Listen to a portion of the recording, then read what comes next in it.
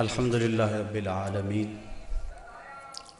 والصلاة والسلام علی سید الانبیاء والمرسلین قال اللہ تعالی وتبارک فی القرآن المجید والفرقان الحمید بسم اللہ الرحمن الرحیم وَلَقَدْ نَصَرَكُمُ اللَّهُ بِبَدْرٍ وَأَنْتُمْ أَذِلَّةٌ صدق اللہ مولانا العظیم وصدق رسولہ النبی الکریم الرؤوف الرحیم اللہم نور قلوبنا بالقرآن وزین اخلاقنا بالقرآن وادخلنا الجنة بالقرآن ونجنا من النار بالقرآن قال اللہ تعالی وتبارک فی شان حبیبہ مخبرا وآمرا ان اللہ وملائکتہ یصلون علی النبی یا ایہا الذین آمنوا صلوا علیہ وسلموا تسلیما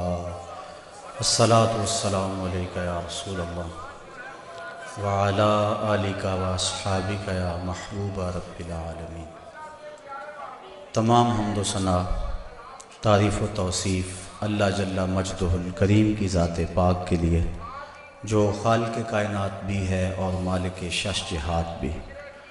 اللہ جل وعلا کی حمد و ثنا کے بعد حضور نبی اکرم شفیع امم رسول محتشم نبی مکرم اللہ کے پیارے امت کے سہارے رب کے محبوب دانائے غیوب مالک رقاب امم فخر عرب و عجم والی کون و مکان سیاہ لا مکان سید انس و جاں سرور لالا رخاں نیر تاباں سرنشین مہوشاں ماہ خوباں شہنشاہ حسینہ تتمائے دوراں سر خیل زہرہ جمالاں جلوائے صبح ازل نور ذات لم یزل باعث تکوین عالم فخر آدم و بنی آدم نیر بطحا رازدار ما اوہا شاہد ما تغا صاحب علم نشرہ معصوم آمنہ احمد مجتبیٰ حضرت محمد مصطفیٰ صلی اللہ علیہ وسلم کے حضور ناز میں اپنی عقیدتوں ارادتوں اور محبتوں کا خراج پیش کرنے کے بعد واجب الاحترام ذوی الاحتشام برادران اسلام السلام علیکم ورحمۃ اللہ وبرکاتہ۔ غزوہ بدر اور عہد موجود کے عنوان سے کچھ باتیں آج کی اس نشست میں آپ کے گوش گزار کروں گا۔ اللہ تعالیٰ میری زبان پہ کلمۃ الحق جاری فرمائے۔ کفر اور اسلام کی پہلی باقاعدہ ٹکر اور پہلی باضابطہ لڑائی غزوہ بدر کے نام سے معنون ہے۔ حق اور باطل کا پہلا ٹکراؤ اس انداز سے ہوا کہ میرے رب نے بھی اس کو یوم فرقان کہہ کے پکارا۔ جب حضور نے اعلان نبوت کیا، آپ جانتے ہیں کہ پورے قریش اور کفار حضور اور حضور کے غلاموں پہ ٹوٹ پڑے۔ طرح طرح کی اذیتیں، پریشانیاں، دکھ، مصیبتیں، مقاومتیں، مخالفتیں، نکتہ چینیاں، ناموافق حالات کے جکڑ، کیا کچھ نہیں تھا جو حضور نے سہا نہ ہو۔ راہوں میں کانٹے بھی بچھائے گئے، گڑھے بھی کھودے گئے، کوڑے بھی پھینکے گئے اور طرح طرح کی اذیتیں دی گئیں، آوازیں کسے گئے۔ حضور کے غلاموں کو مشق ستم بھی بنایا گیا۔ تپتے ہوئے سنگریزوں پہ حضرت بلال حبشی کو کھینچا گیا، تپتے ہوئے کوئلوں پہ ان کو لٹایا گیا۔ حضرت سمیہ کو مکہ المکرمہ کے ایک چوک میں ابو جہل نے قتل کیا۔ یہ اسلام کی پہلی شہیدہ ہیں جن کے خون سے مکے کی سرزمین لالہ زار بنی۔ حضرت عمار ابن یاسر کی والدہ حضرت سمیہ رضی اللہ تعالی عنہا، ان کے خون سے مکہ لالہ زار ہوا۔ حضرت یاسر کو شہید کیا گیا۔ کون کون سے دکھ تھے اور دکھوں کی کون کون سی قسم تھی جو آزمائی نہ گئی ہو۔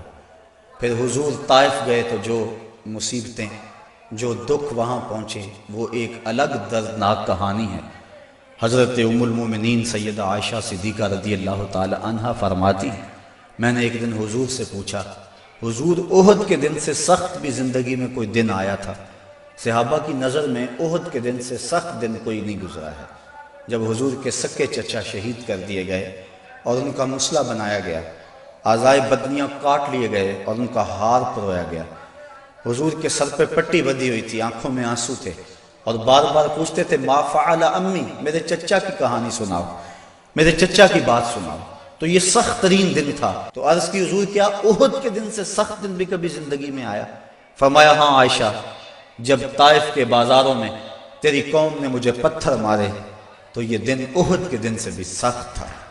ان کے 3 سرداروں کے پاس حضور پیغام حق لے کر گئے، ان کی ہمدردی کا جذبہ لے کر حضور تشریف لے گئے، لیکن انہوں نے حضور کی دعوت کو مسترد کر دیا، بلکہ اوباشوں کے ہاتھوں میں پتھر دیے، اور حضور جب واپس ہونے لگے تو ان کو 2 رویا کتاروں میں کھڑا کر دیا۔ وہ حضور کے پاؤں پہ پتھر مارتے تھے، حضور پاؤں اٹھاتے تو وہ دوسرے پاؤں پہ پتھر مارتے۔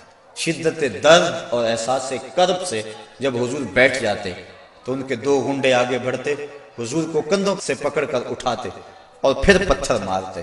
فرمایا عائشہ، یہ دن احد کے دن سے بھی سخت تھا جب طائف کے بازاروں میں تیری قوم نے مجھے پتھر مارے تھے۔ شاب ابی طالب میں جو 3 سال کاٹے، بھلا اس کو تاریخ کیسے بھول سکتی ہے؟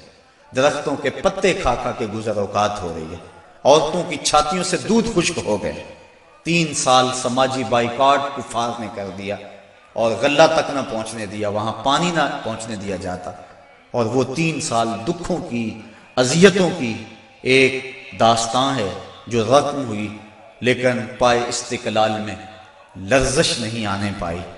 جن کے مقاصد جلیل ہوں، راستے کی سختیاں ان کے قدموں کو روک نہیں سکتی ہیں۔ تکلیفیں، اذیتیں، مقاومتیں، دکھ، رکاوٹیں ان کے راہوں کو ختم نہیں کر سکتی، اور ان کے اٹھنے والے قدم آگے ہی بڑھتے رہتے ہیں۔ وہ تو پیچھے مڑ کے دیکھنا بھی توہین جستجو سمجھتے ہیں۔ تو راہ نہ برد شوق ہے، منزل نہ کر قبول، لیلا بھی ہم نشیں ہو تو محمل نہ کر قبول۔ وہ تو آگے بڑھنا ہی زندگی کا حسن اور زندگی کا زیور سمجھتے ہیں۔ میرے اور آپ کے آقا و مولا صلی اللہ علیہ وآلہ وسلم نے سارے دکھ سہے، سارے غم جھولی میں ڈالے، ساری تکلیفیں سہی، زبان سے بد دعا بھی نہیں دی۔ طائف کے بازاروں میں جب یہ اذیت ناک مراحل سے گزرے، اس وقت جو 7 صحابہ تھے انہوں نے عرض کی حضور ان کے لیے بد دعا بول دیں۔ فرمایا میں رحمت بن کے آیا ہوں، میں زحمت بن کر نہیں آیا۔ لیکن ان کا پہم جب اسرار ہوا تو حضور نے ہاتھ اٹھا دیے۔ صحابہ منتظر تھے، ابھی لب جنبش کریں گے اور ابھی آسمان سے پتھر برسیں گے، یہ 2 پہاڑ طائف کے آپس میں جڑ جائیں گے اور یہ درمیان میں پس جائیں گے۔ لیکن جب لب واہ ہوئے، کلمات کیا ترتیب پائے، اللہم اہد قومی فإنہم لا یعقلون، اے اللہ میری قوم کو ہدایت دے دے، یہ مجھے جانتی نہیں ہے، اگر جانتی ہوتی تو مجھے یوں پتھر نہ مارتی، میری راہوں میں پھول بچھاتی۔ تو پتھر کھا کر دعائیں دینا یہ نبی کا ہی حوصلہ ہے، بلکہ دعا کرتے ہیں الہی کرم کر کو سارے طائف کے مکینوں پر، الہی پھول برسا دے ان پتھروں والی زمینوں پر۔ فرمایا مجھے ان سے نہیں، ان کی نسلوں سے ایمان کی توقع ہے۔ تو آقا کریم اس انداز کے اندر جو ہے وہ لوگوں کو دعائیں دیتے رہے۔ حضرت عمر فاروق رضی اللہ تعالیٰ عنہ تلوار کے دستے پہ ہاتھ رکھتے ہیں، حضور ہم کمزور تو نہیں ہیں۔ فرمایا عمر ابھی جہاد کا حکم نہیں آیا ہے۔ پھر حکم ہجرت آ گیا، چھوڑ دو اس بستی کو، مکے والے قدردان نہیں ہیں، یہ لوگ آپ کی راہوں میں کانٹے بچھا رہے ہیں، دکھ دے رہے ہیں، میرے محبوب چھوڑ دو، مدینے والے تمہاری راہیں تک رہیں، جاؤ جا کے انہیں اپنی زیارت کی دولت سے مالا مال کرو، وہ تمہارے پہ فدا ہونے کے لیے ہر لمحہ تیار ہیں۔ حضور جب گئے، اہل مدینہ نے جس انداز سے استقبال کیا وہ تاریخ کا روشن باب ہے۔ طالع البدر علینا کی صدائیں جس طرح گونجی، کہیں معصوم ننھی بچیاں تھی دف بجاتی تھی، رسول پاک کی جانب اشارے کر کے گاتی تھی اور کہتی کیا تھی، ہم ہیں بچیاں نجار کے عالی گھرانے کی، خوشی ہے آمنہ کے لال کے تشریف لانے کی۔ عجیب ماحول تھا، مدینہ چمک رہا تھا، ہر گھر میں خوشی تھی۔ ابو ایوب انصاری کا آنگن مہک رہا تھا، وہ خوشی سے گیت گا رہے تھے، امروز شاہ شاہاں مہمان شدست مارا، جبریل با ملائک درباں شدست مارا، لوگوں آج شاہوں کا شاہ ہمارے گھر کا مہمان بنا ہوا ہے، جبریل بھی فرشتوں کو لے کر آج ہمارے گھر کا پہرا دے رہا ہے۔ کیسا ماحول تھا، آقا کریم نے یہاں آ کے ریاست مدینہ کی طرح ڈالی اور یہاں ایک نظم قائم کیا، یہودیوں سے معاہدے کیے، کفار مکہ کو یہ سب کچھ ایک آنکھ نہ بھایا۔ ابو جہل نے عبداللہ ابن ابی کو خط لکھا کہ اہل مکہ جو ہمارے سے تمہارے پاس گئے ہیں ان سے لڑائی کرو، ورنہ ہم تم سے لڑائی کریں گے اور تمہاری بیویوں کو اپنی لونڈیاں بنا لیں گے۔ اس طرح اس مضمون کا ایک خط مسلمانوں کو بھی لکھا اور مختلف ان کے جتھے مسلمانوں کی چراگاہوں پہ حملہ کرتے رہے اور مسلمان بھی ان کا جواب دیتے رہے۔ عمر حضرمی کا قتل ایک اہم ایشو بنا اور اس کے بعد ابو سفیان کا قافلہ جو شام سے واپس آ رہا تھا، تو جب انہیں خطرہ لاحق ہوا تو اس نے زمزم غفاری ایک شخص کو سونا دے کر بھیجا کہ جاؤ جا کے تم اہل مکہ کو بتاؤ کہ تمہارا قافلہ خطرے میں ہے اور مدد کو پہنچو۔ یہ ادھر سے چل پڑا، ادھر حضور کی پھپھی حضرت عاتقہ سلام اللہ علیہا کو خواب آیا کہ ایک سوار اونچی پہاڑی پہ چڑھ کے کہہ رہا ہے کہ اے اہل غدر، اپنی قتل گاہوں کو 3 دن کے اندر اندر دوڑو۔ تو اس کے بعد وہ اونٹ سوار کعبۃ اللہ کی چھت پہ آ گیا اور یہ آواز وہاں بھی لگا ہے، پھر جبل ابی قبیس پہ آ گئے اور وہاں اس نے یہ آواز لگائی، لوگ اکٹھے ہو گئے اور پھر ایک بہت بڑی چٹان پتھر کے اوپر سے گری اور ٹکڑے ٹکڑے ہو گئے۔ مکے کا کوئی گھر ایسا نہیں تھا جس میں اس کے کنکر اور اس کے ٹکڑے نہ گرے۔ تو حضرت عاتقہ جب بیدار ہوئی تو انہوں نے اپنے بھائی حضرت عباس بن عبد المطلب رضی اللہ تعالی عنہ کو یہ خواب سنایا۔ انہوں نے کسی اور کو خواب سنا دیا، چلتے چلتے یہ خواب ابو جہل تک پہنچ گیا۔ حضرت عباس بن عبد المطلب سین حرم میں طواف کے لیے گئے تو ابو جہل ایک ٹولی کی شکل میں بیٹھا ہوا تھا، کہنے لگا بل فضل، بنو ہاشم میں ایک نبی کافی نہیں تھا کہ ایک نبیہ نے بھی اعلان کر دیا؟ کہتے میں نے پوچھا کیا ماجرا ہوا؟ تو اس نے یہ خواب سنایا، میں نے ٹال مٹول کر دی، لیکن اس نے خوب پراپیگنڈا کیا، بلکہ کہا کہ اگر 3 دن تک کوئی ایسا واقعہ نہ ہوا تو ہم چمڑے کے اوپر لکھ کر کعبے کی دیوار سے لٹکا دیں گے کہ سب سے جھوٹا خاندان بنو ہاشم ہے۔ حضرت عباس رضی اللہ تعالیٰ عنہ فرماتے ہیں کہ میں جب گھر گیا تو مجھے عورتوں نے سخت کوسنے دیے کہ وہ بدبخت پہلے تمہارے مردوں پہ بات کرتا تھا، اب عورتوں پر بھی باتیں کرنے لگ گیا۔ کہتے میں غصے سے نکلا، میرا خیال تھا جب ملے گا اگر کوئی بات کرے گا تو پھر میں اس کو خوب جواب دوں گا۔ جو ہی میں سین حرم میں داخل ہوا تو ابو جہل بھاگ رہا تھا، میں سمجھا کہ شاید میرے سے ڈر کے بھاگ گیا، لیکن ماجرا کچھ اور تھا۔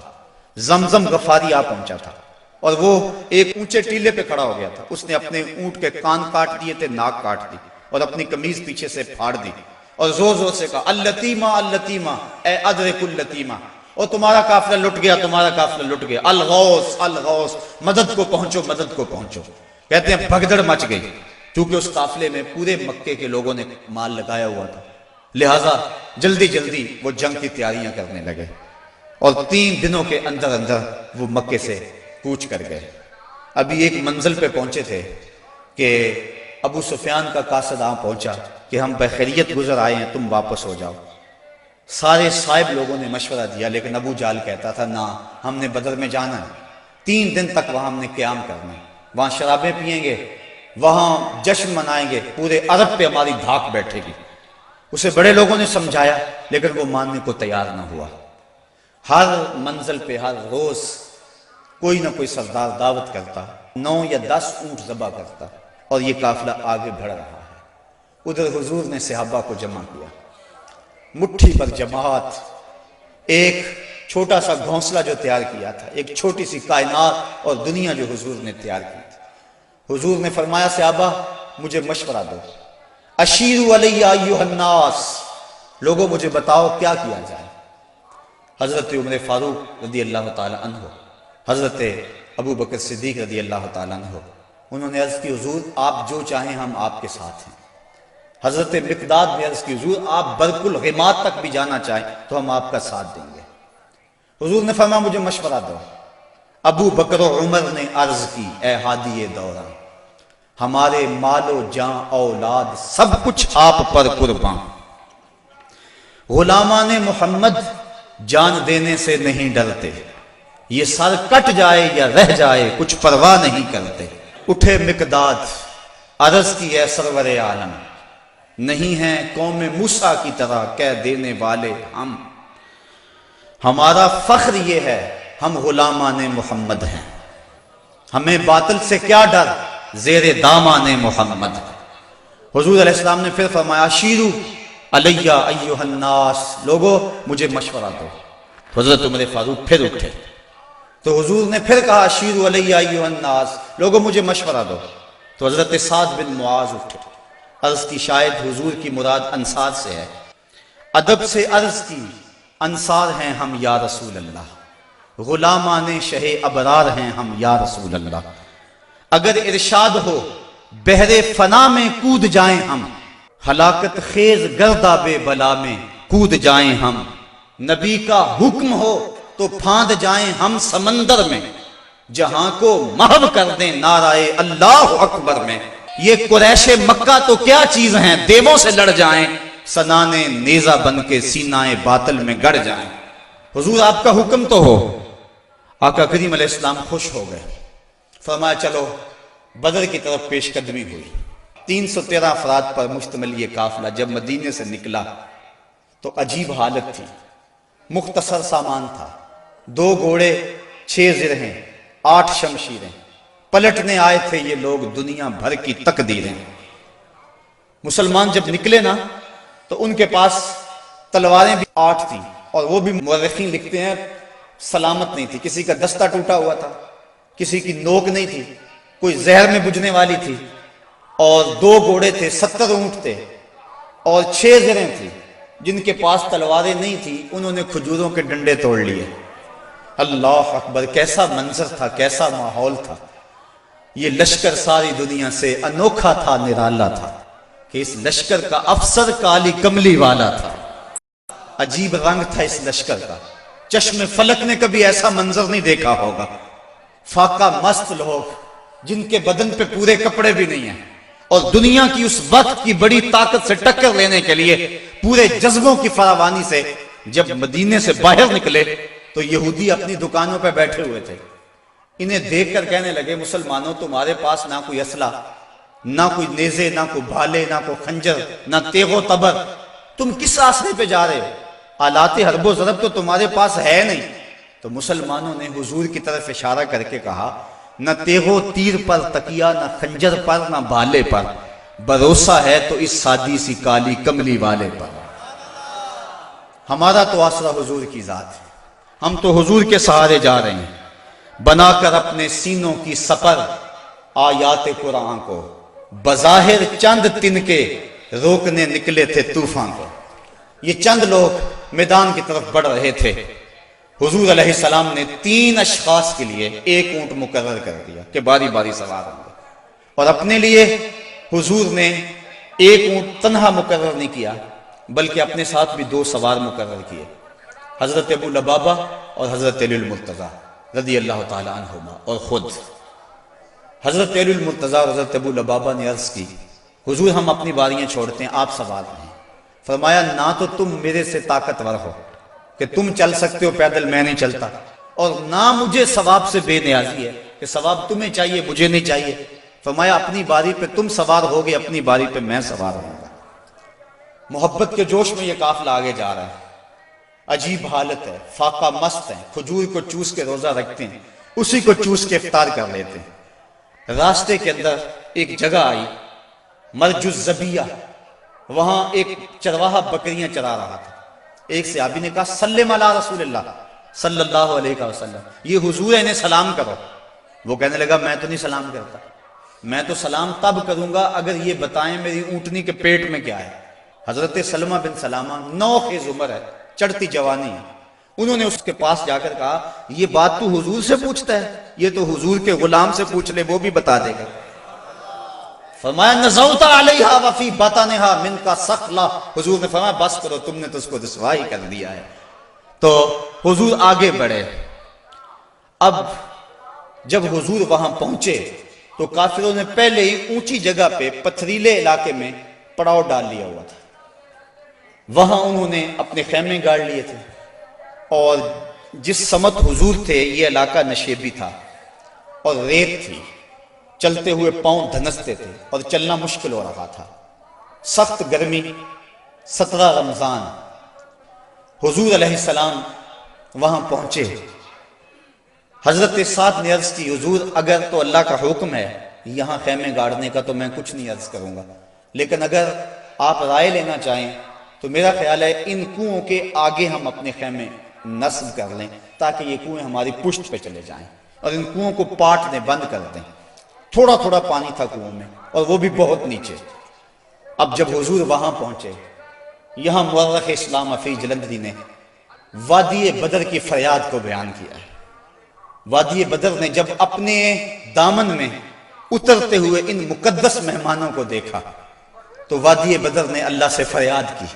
سنو بدر نے کیا کہا، الہی کیا خبر تھی، ایک دن ایسا بھی آئے گا کہ تیرا ساقی کوثر یہاں تشریف لائے گا۔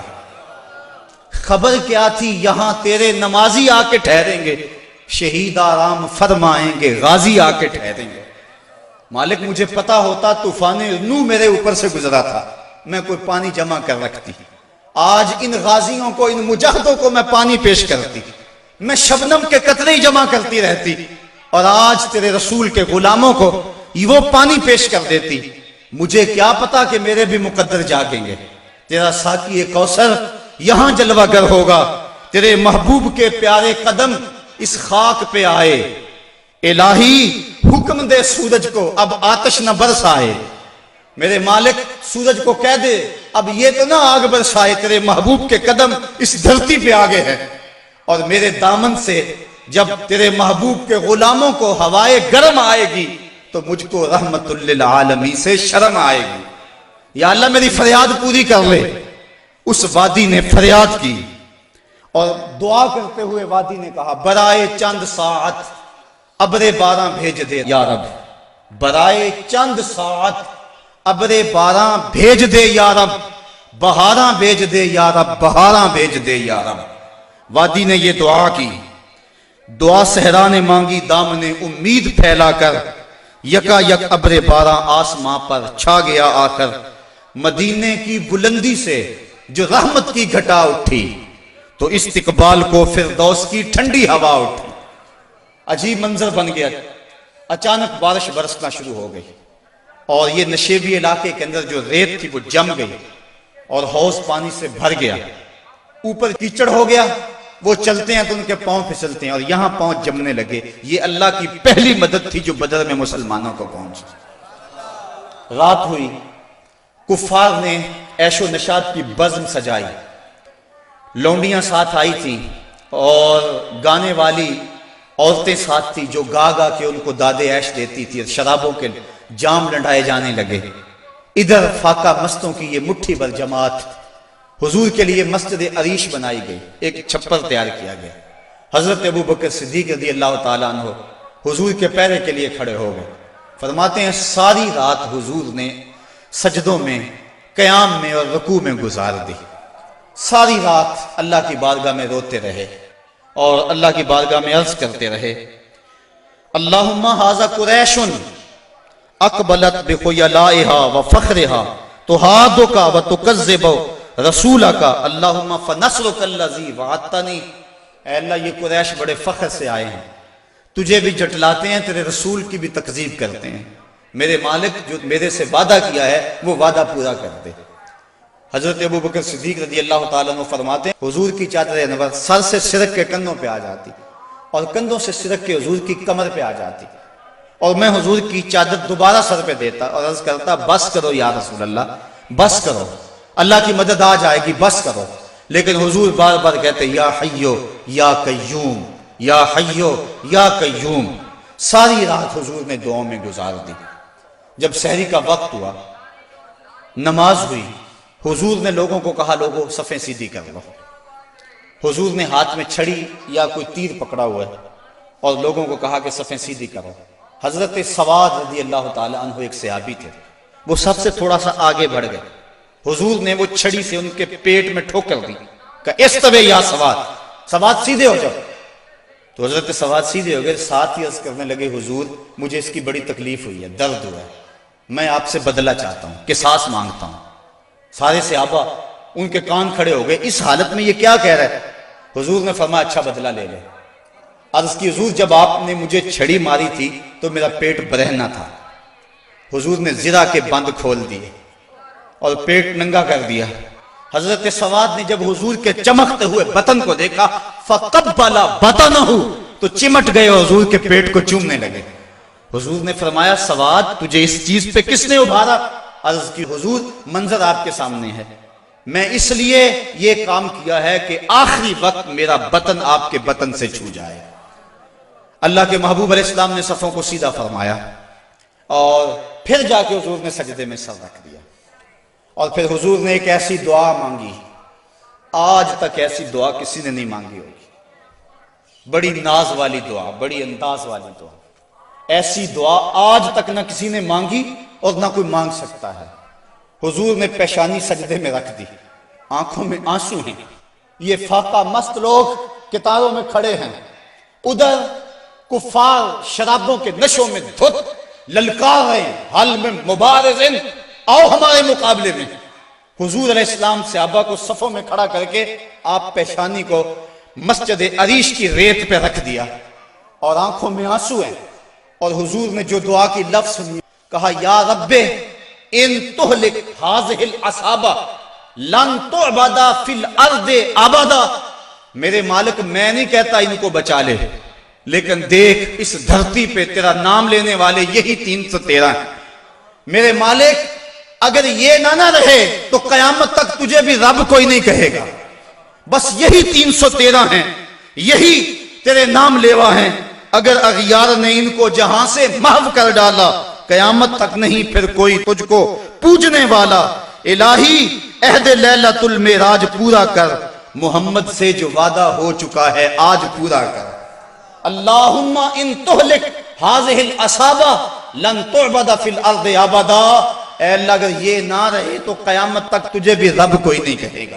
یہ لفظ حضور کی زبان پہ تھے، اور چادر سرک کے کندھوں پہ آ گئی، کندھوں سے سرک کے کمر پہ آ گئی۔ حضرت ابوبکر صدیق کہتے ہیں بس کرو یا رسول اللہ، حسبک یا رسول اللہ، حسبک اللہ یا رسول اللہ، حضور اللہ کافی ہے آپ کو۔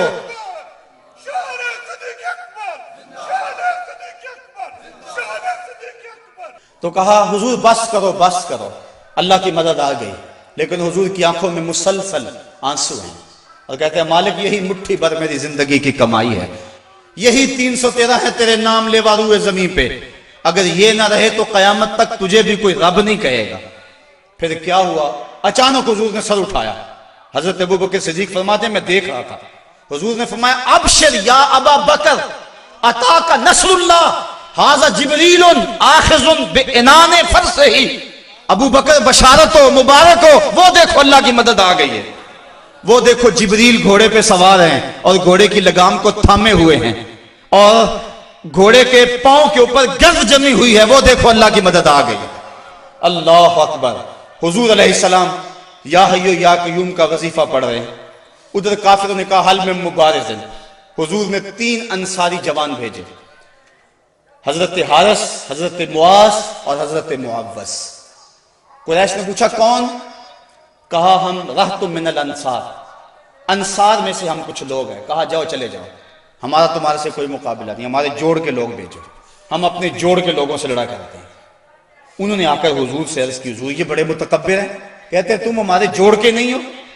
حضور علیہ السلام نے فرمایا قم یا عبیدہ، قم یا حمزہ، قم یا علی، عبیدہ تم اٹھو، حمزہ تم اٹھو، علی تم اٹھو۔ کہا جاؤ تم جوڑ کے ہو، بلکہ ان کو توڑ کے آؤ۔ حضرت علی، حضرت حمزہ اور حضرت عبیدہ تینوں گئے۔ انہوں نے پوچھا کون؟ چونکہ انہوں نے زرہیں پہنی ہوئی تھی، اپنے نام بتائے۔ انہوں نے کہا اکفاؤن کرامن، ہاں اب ہمارے جوڑ کے آ گئے۔ پھر حضرت علی المرتضیٰ جھپٹے اور ایک بار میں اپنے دشمن کا کام تمام کر دیا۔ شیبہ، عتبہ اور ولید یہ تینوں مقابلے میں آئے تھے۔ حضرت حمزہ نے بھی چند لمحوں کے اندر جو ہے ان کا کام تمام کر دیا۔ حضرت عبیدہ بوڑھے تھے، ان کی پنڈلی کٹ گئی اور پنڈلی سے جو ہے وہ گودا باہر آ رہا تھا، اور حضرت حمزہ اور حضرت علی آگے بڑھے اور ان کی مدد کی اور ان کے دشمن اور مقابل کو قتل کیا۔ حضرت عبیدہ کی آنکھیں کچھ ڈھونڈ رہی ہیں، پھر اچانک حضور نظر آئے تو وہاں گھسیٹ کے آپ کو حضور کی طرف کرنے لگے۔ آقا کریم نے دیکھا تو جلدی جلدی آئے۔ حضرت عبیدہ نے اپنا سر حضور کے قدموں پہ رکھ دیا اور کیا کہا حضور کیا میں شہید نہیں ہوں؟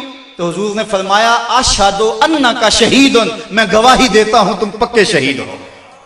پھر حضور کے قدموں پہ سر رکھا ہوا تھا کہ حضرت عبیدہ کی روح پرواز کر گئی۔ گر وقت اجل سر تیری چوکھٹ پہ دھرا ہو، جتنی ہو قضا ایک ہی سجدے میں ادا ہو، مزہ سردار مرندہ انج آؤندہ، میت یار دے بوئے تے پئی ہو دے۔ حضرت حارثہ رضی اللہ تعالیٰ عنہ ایک صحابی ہیں، ان کو تیر لگا وہ شہید ہو گئے۔ ذرا منظر دیکھیے بدر کا۔ ان کی ماں کو پتا چلا میرا بیٹا شہید ہو گیا، وہ حضور کی خدمت میں حاضر ہو گئے اور عرض کرنے لگی حضور مجھے بتائیں کہ میرا بیٹا جنت میں گیا یا نہیں گیا، اگر وہ جنتی ہے تو پھر میں صبر کروں گی، نہیں تو میں بین کروں گی، واہ ویلا کروں گی۔ حضور علیہ السلام نے جو جواب دیا سنیے کیا خوبصورت جواب تھا۔ حضور نے فرمایا آوا حبلت یا امہ حارثہ، حارثہ کی امی تجھے کیا ہو گیا ہے؟ جنت ایک نہیں ہے، جنت اللہ نے کئی بنائی ہیں، اور انا ابنا کا اصحاب الفردوس الاعلی، اور تیرا بیٹا حارثہ جنت کے سب سے اونچے درجے فردوس میں ہے۔ تو جب اس نے یہ بات سنی نا تو وہ خوشی سے جھومنے لگی، اس نے کہا بخ بخ لکا یا حارثہ، حارثہ واہ واہ مبارک ہو تجھے، تو جنت کا راہی بن گیا ہے۔ اللہ اکبر۔ اب حضور علیہ السلام اسی چھپر میں بیٹھے، حضرت علی المرتضیٰ فرماتے ہیں میں جنگ کرتا اور کئی کافروں کو جہنم رسید کرتا، پھر مجھے شوق ہوتا میں حضور کے پاس جاتا اور میں دیکھتا حضور سجدے میں سر رکھا ہوا ہے اور کہتے ہیں یا حیو یا قیوم، یا حیو یا قیوم، یہ لفظ ہے حضور کی زبان پہ۔ میں 3 مرتبہ گیا اور تینوں مرتبہ جو ہے وہ حضور کی زبان پہ یہی لفظ تھے اور سر سجدے میں تھا۔ اس کے بعد پھر گمسان کا رن پڑا اور کافروں نے یک بارگی حملہ کر دیا۔ حضرت علی المرتضیٰ سے روایت ہے، فرماتے ہیں جب سب نے یک بارگی حملہ کیا نا تو ہم نے کیا دیکھا کہ حضور بھی اٹھ کے آ گئے۔ اللہ اکبر۔ فلک سہما ہوا تھا کافروں کی چیرہ دستی سے، زمین شک ہو رہی تھی غلبہ باطل پرستی سے، مگر جب کملی والا آ گیا اٹھ کر مسلح سے، خدائی ہو گئی محفوظ کافروں کے حلے سے، صدائے نعرہ تکبیر سے تھرا اٹھی وادی، کہ امت کے ضعیفوں کی مدد کو آ گیا ہادی، نہتوں کو سہارا مل گیا دستے پیمبر سے، زمانہ گونج اٹھا نعرہ اللہ اکبر سے، فضا میں ہر سمت لہرا گیا اسلام کا جھنڈا، برائے اہل عالم امن کے پیغام کا جھنڈا۔ حضور مسلح سے اٹھ کر میدان میں آ گئے۔ فرماتے ہیں کہ میں نے دیکھا کہ کافروں پر سب سے بڑھ کر جو آگے حملہ کرتا تھا وہ اللہ کے رسول صلی اللہ علیہ وسلم۔ حضور بڑھ بڑھ کے حملہ کرتے تھے اور فرمایا قوموا الی الجنہ عرضها السماوات والارض، نکلو اس جنت کی طرف جس کی چوڑائی زمین و آسمان کے برابر ہے۔ حضور یہ پڑھتے جا رہے تھے قوموا الی الجنہ، بڑھو بڑھو جنت کی طرف۔ ایک صحابی تھے اللہ اکبر، وہ کہنے لگے بخن بخن یا رسول اللہ عرضها السماوات والارض، واہ واہ حضور کیا جنت کی چڑھائی زمین و آسمان کے برابر ہے؟ حضور فرمایا ہاں عرضها السماوات والارض۔ تو وہ کھجوریں کھا رہے تھے، انہوں نے کھجوریں پھینک دی، کہا پھر میرے اور جنت کے راستے میں یہ کھجوریں رکاوٹ بنی ہوئی ہیں، اور میدان میں کود گئے اور داد شجاعت دیتے ہوئے جام شہادت نوش کر لیا۔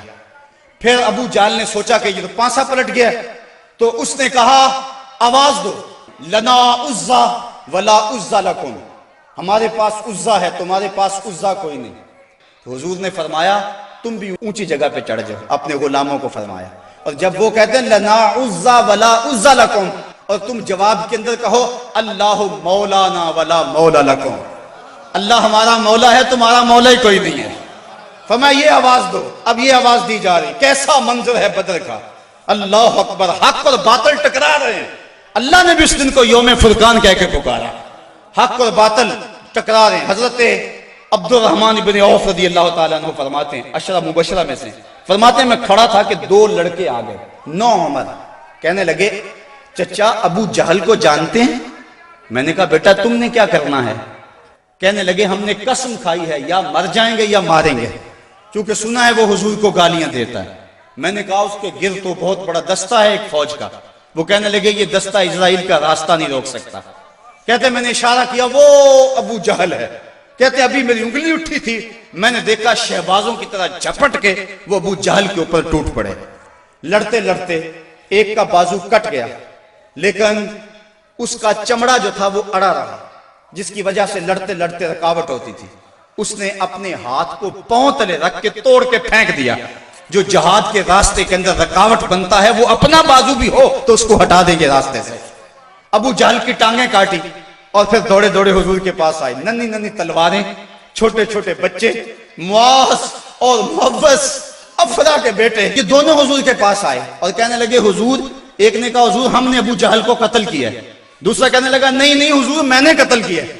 یہ آپس کے اندر میٹھی لڑائی لڑنے لگے۔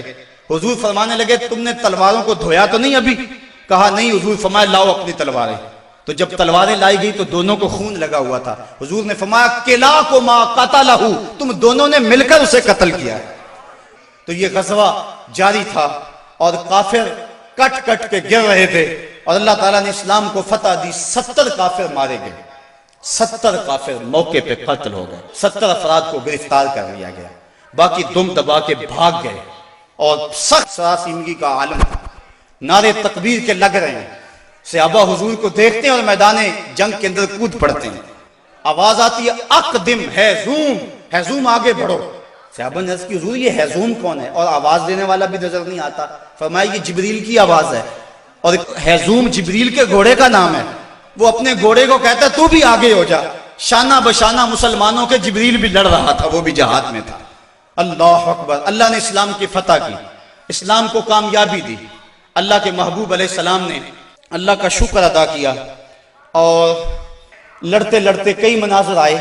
حضرت عکاشہ کی تلوار ٹوٹ گئی تو وہ حضور کی خدمت میں حاضر ہوئے، حضور تلوار ٹوٹ گئی ہے تو حضور کے ہاتھ میں ایک ڈنڈا تھا، وہی اس کو دے دیا۔ فرمایا قاتل بہذا یا عکاشہ، عکاشہ اس کے ساتھ لڑو۔ کہتے ہیں جب یوں لہرایا تو وہ لوہے کی تلوار بن گئی اور ساری زندگی حضرت عکاشہ کے ساتھ وہ تلوار رہی۔ حضرت قتادہ کہتے ہیں کہ میرے یہاں تیر لگا آنکھ کے قریب اور آنکھ کا ڈیلا باہر آ گیا۔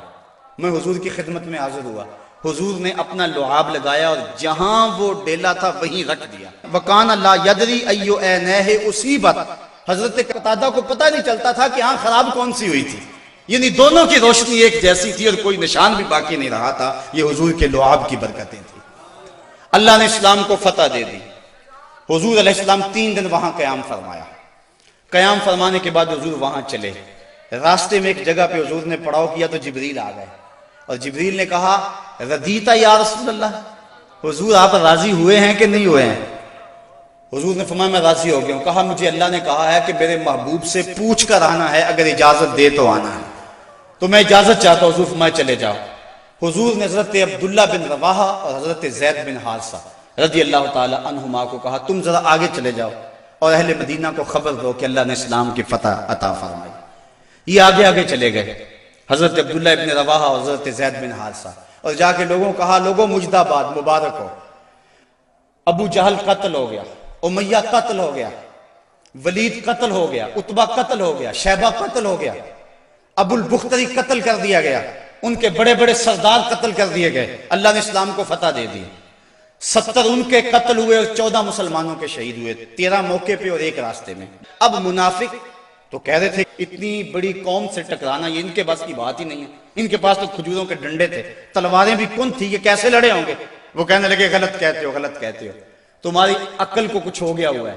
بلکہ ایک منافق نے کہا کہ زید بن حارثہ جس اونٹ پہ سوار ہیں وہ تو حضور کا ہے، اس کا مطلب ہے کہ حضور نہیں ہے، یہ ان کے اونٹ پہ بیٹھا ہوا ہے۔ حضرت اسامہ بن زید کہتے ہیں کافروں نے اتنا پراپیگنڈا کیا منافقوں نے کہ مجھے بھی شک ہو گیا۔ میں نے اپنے باپ سے پوچھا کہ ابا جی واقعی مسلمانوں کو پتہ ہوئی ہے؟ تو میرے باپ نے کہا بیٹا کیا کہتے ہو، اللہ نے اسلام کے جھنڈے گاڑ دیے ہیں۔ اللہ اکبر۔ حضرت عاصم بن عدی کہتے ہیں میں نے حضرت عبداللہ ابن رواحہ کو ایک طرف کیا، میں نے کہا احقن ما تقول یا ابن رواحہ، اے رواحہ کے بیٹے جو تم کہتے ہو حق کہتے ہو؟ انہوں نے کہا ای واللہ، اللہ کی قسم ایسا ہی ہوا ہے، ایسا ہی ہوا ہے۔ کافر بھاگ گئے، اللہ نے اسلام کو فتح دے دی۔ کہتے ہیں کہ جب انہوں نے یہ گواہیاں دی تو جو بچے تھے نا مدینے میں وہ باہر گلیوں میں نکل آئے اور اونچی اونچی آواز کیا لگاتے تھے؟ وہ کہتے تھے قتل ابو جہل الفاسق، وہ فاسق ابو جہل قتل کر دیا گیا، قتل کر دیا گیا۔ اور اب وہ تیاریاں کرنے لگے حضور کے استقبال کی۔ آقا کریم جب تشریف لائے وہ منظر مدینے کا دوبارہ تازہ ہو گیا، اور آج میں اس کو مختلف کتب سید سے پڑھ رہا تھا۔ کیسا وہ خوبصورت منظر کہ جب حضور تشریف لائے، حضور کے چہرے پہ طمانینت کا نور تھا، چہرہ چمک رہا تھا، اور جب حضور نے قدم مدینے میں رکھے تو بنو نجار کی وہی بچیاں دف لے کر آ گئی، اور انہوں نے چھتوں کے اوپر چڑھ کر وہی گیت جب حضور آئے تھے تو گایا تھا، آج پھر ان کی زبان پہ ہے طلع البدر علینا من ثنیۃ الوداع وجب الشکر علینا ما دعا للہ دائی، کہ وہ دیکھو چاند طلوع ہو گیا وداع کی پہاڑیوں سے، وہ دیکھو چاند چڑھ گیا ہے۔ اور حضور یوں تشریف لائے مدینہ کے اندر، اللہ نے اسلام کی عظمت کے جھنڈے گاڑ دیے، اور اس دن کو میرے رب نے بھی یوم فرقان کہہ کے پکارا۔ 22 رمضان کو حضور نے مراجعت فرمائی، اور جمعے کا دن تھا جب حضور مدینہ شریف پہنچے۔ اللہ تعالیٰ نے اسلام کو فتح دے دی، مٹھی بھر جماعت، 313 افراد، اور ان کے بدن کے اوپر چیتھڑے تھے، بلکہ عمیر بن وہب، یہ ابو جہل کا جاسوس تھا، اس نے کہا جا مسلمانوں کی تعداد دیکھ کر آ کتنی ہے۔ عمیر بن وہب جب واپس پلٹا تو اس نے اطلاع دی کہ میں نے خوب وادیاں ٹیلے دیکھے ہیں، کمک بھی پیچھے موجود نہیں، وہ صرف 3 اونٹ کھا سکیں گے، یعنی صرف ان کی اتنی تعداد ہے۔ ابو جہل کہنے لگا پھر تو 300 کے آگے پیچھے، کہا ہاں، کہا ان کے پاس اسلحے بھی بڑے تھوڑے، بدن پہ جو کپڑے ہیں ان کو پیبند لگے ہوئے، پیٹ بھی ان کے کمر سے جڑے ہوئے۔ ابو جہل نے صنادید قریش کو اپنے خیمے میں بلا لیا، کہا سنتے ہو عمیر کی رپورٹ، کل لڑائی کی نوبت نہیں آئے گی، رسیاں اکٹھی کرو اور انہیں جکڑ جکڑ کے اونٹوں کی پشتوں سے باندھنا، اور پھر جا کے حرم کی دیواروں سے باندھنا، لوگوں کو تماشا دکھانا کہ یہ نئے دین کے دعوے دار تھے۔ جب صنادید قریش کو بلا کر یہ رعونت بری بات ابو جہل نے کہی تو عمیر جو مسلمانوں کو دے کر آیا تھا، اس نے جو جملہ کہا وہ سنیے۔ اس نے کہا وَلَٰكِنْ رَأَيْتُ يَا مَعْشَرَ قُرَيْشٍ الْبَلَايَا تَحْمِلُ الْمَنَايَا، اے قریش کے سردارو تکبر میں نہ آؤ، میں نے اپنی ان آنکھوں سے دیکھا ہے کہ یثرب کی اونٹنیاں اپنی پشتوں پہ نری موتیں اٹھا کے لے آئی، اور تم کہتے ہو رسیاں اکٹھی کرو، میرا مشورہ مانگتے ہو تو رات کی تاریکی میں بھاگ سکتے ہو تو بھاگ جاؤ، اس قوم سے لڑنا تمہارے بس کا روگ نہیں ہے جو مرنے کے لیے آئی ہے، اور میں نے زخمی سانپوں کی طرح انہیں پیچ و تاب کھاتے ہوئے دیکھا ہے، واللہ کل ان میں سے کوئی مرے گا نہیں جب تک تم میں سے ایک ایک کو لڑ نہیں جاتا، اور اگر اتنے لوگ تمہارے مر جائیں تو پھر افسوس ہے تمہارے جینے پر۔ تم کہتے ہو رسیاں اکٹھی کرو، میرا مشورہ مانو تو رات کی تاریکی میں بھاگ جاؤ، اس قوم سے لڑنا تمہارے بس کا روگ نہیں۔ پھر اگلے دن میرے رب نے بھی اس دن کو یوم فرقان کہہ کے پکارا۔ ہم جب 313 تھے تو جبر کے خلاف یوں کھڑے ہوئے اور ظلم کا سر بھی توڑا اور فخر بھی توڑا۔ آج دنیا کے اوپر 1 ارب 40 کروڑ انسان درماندہ، خستہ اور بدحال ہیں۔ آج حال یہ ہے کابل سے کندھار تک، قلعہ جنگی سے دشت لیلہ تک، تورا بورا سے تکریت تک، موصل سے بغداد تک، جاوا کے ساحل سے رباط کے کوچہ و بازار تک، نیل سے کاشغر تک، القدس سے کشمیر تک، دریائے آمو کی لہروں سے ڈل جھیل کے کناروں تک، ہر سمت کفر دندنا رہا ہے اور ہم دفاعی پوزیشن میں بھی نہیں رہے۔ پچھلے دن 4 میزائلوں سے ہمارے وطن کی آبرو پہ حملہ ہوا، اور کتنی بدقسمتی ہے ہمارے ملک کے وزیر اعظم نے کہا کہ ہم امریکہ سے مقابلہ نہیں کر سکتے۔ میں نے کہا یہ بات صدر کہتا تو شاید مجھے دکھ نہ ہوتا، تو حضرت امام حسین کی اولاد سے تعلق رکھتا ہے، تیرے پاس تو 72 بھی فرد ہوتے، وہ بھی میدان میں لے کر آ جاتا۔ یہ کیسے حالات آگئے اور کیسے دن آگئے۔ صاحبو اس بات میں تو واقعی معقولیت ہے کہ جب تم کمزور ہو تو طاقتور سے ٹکر نہ لو، لیکن اگر تم کمزور بھی ہو لیکن درندہ تمہارے گھر میں گھس آئے اور تمہارے بچوں کی ہڈیاں توڑنے لگے اور تمہارے گھر کے افراد کا خون پینے لگے اور پھر بھی تم کہو کہ ہم مقابلہ نہیں کر سکتے ہیں، تو یہ کیسی بے ڈھنگی بات ہے۔ اب بھی بلا کو جینے کا جواز باقی رہ گیا ہے۔ زندگی اتنی بھی غنیمت نہیں کہ اس کے لیے عہد کم ظرف کی ہر بات گوارا کر لی جائے۔ صاحبو زندگی کے یہ حسی لمحے اہل بدر کی زندگیوں سے روشنی لے کر منور کیے جا سکتے ہیں۔ آج پوری دنیا کے اوپر 1.40 ارب انسان کبھی خانمہ برباد نہ ہوتے اگر انہیں بدر والوں کا جذبہ نصیب ہو گیا ہوتا۔ ہمارے پاس آلات حرب و ضرب نہ بھی ہوں، لیکن مسلمان جب ظلم کے مقابلے میں کھڑے ہوتے ہیں تو بڑی بڑی قوتیں دم توڑ جاتی ہیں، ان کا مقابلہ نہیں کر سکتی ہیں۔ آج ہماری بدبختی اور ہماری رسوائی کا سامان اس لیے پیدا ہوا، ہمارے پاس اسلحے بھی موجود ہیں، ایٹمی صلاحیت سے بھی ہم مالا مال ہیں، نہیں ہے تو جذبہ بدر ہمارے پاس نہیں ہے۔